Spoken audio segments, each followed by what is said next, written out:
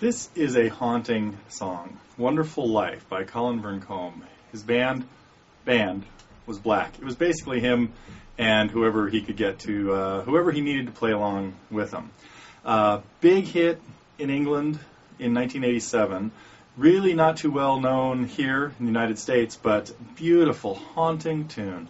And what we're going to do in this lesson is take a look at more the way he plays it acoustically, the way he did later in, like even now, in 2005 and 2002, a few different performances. But what we're going to really do in this lesson is just take a quick look. It's very simple chords, no bar chords involved, a little bit of thumb rapping, using your thumb to play the sixth string on some D chords with F sharp in the bass.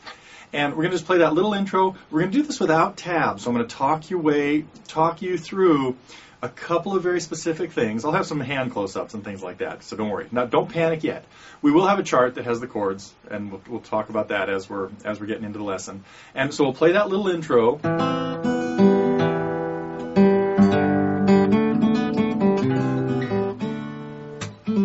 the main thing that's going to happen in this lesson is I want to work on this percussive attack. And so it's very simple chords. E minor, G, A minor, C's, D's, a few things like that.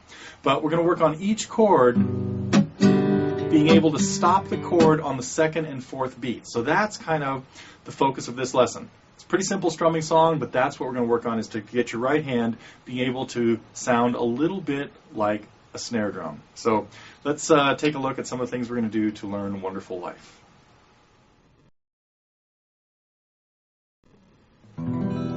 First, I want to talk about the chords. There's a few different ways of playing them. Most of the chords are really easy. E minors. Now, Colin plays his E minor with these two fingers, first and second fingers, and what that does is it lets him get the percussive effect on the E minor with his third finger. Right hand is just going to be doing some very simple strumming. You could either do this with a pick, or you could do it with your fingers. If you use a pick, just put it in between your thumb and your index finger and strum. And it's our basic folk strum. Down, down, up, up, down, up. Well, let's talk our way through the little introduction that he plays on the live video. It's got somebody on the shaker, somebody else playing the violin, if you've seen that video. This is the one I really like of these. There are plenty of these videos. Now, I'll tell you a little bit about the original version, actually, because it appears in a few different keys. So you could play this song in D minor, going from D minor to C with E in the bass to F, and then G minor. So there's I've heard a version of that from a studio album. There's a version in E minor. Now, when he played this on the live version that we hopefully have attached to the announcement for this lesson, his guitar was tuned down a half step. So if you try to play this with him, you're going to have to tune your guitar a half step low. But he played it in the key of E minor. That's the key that I have the chart in, and so that's the one we're going to rely on. But now, again, without tablature, I want you to really use your ears here and your eyes to watch what I do and listen to what I do as I explain this. So we have pairs of notes. It starts with a C on the second string at the first fret and an E on the fourth string at the second fret. Pinch those two notes together. Now, these are two notes that are out of a C chord. Keep the E ringing the whole time. Don't let it come off while you play two more notes.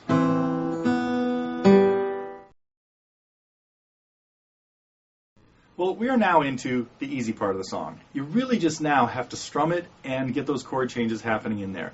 A few things, though, is when he's singing it, and it's really important that you listen to some of the live versions of Colin Vearncombe singing this and seeing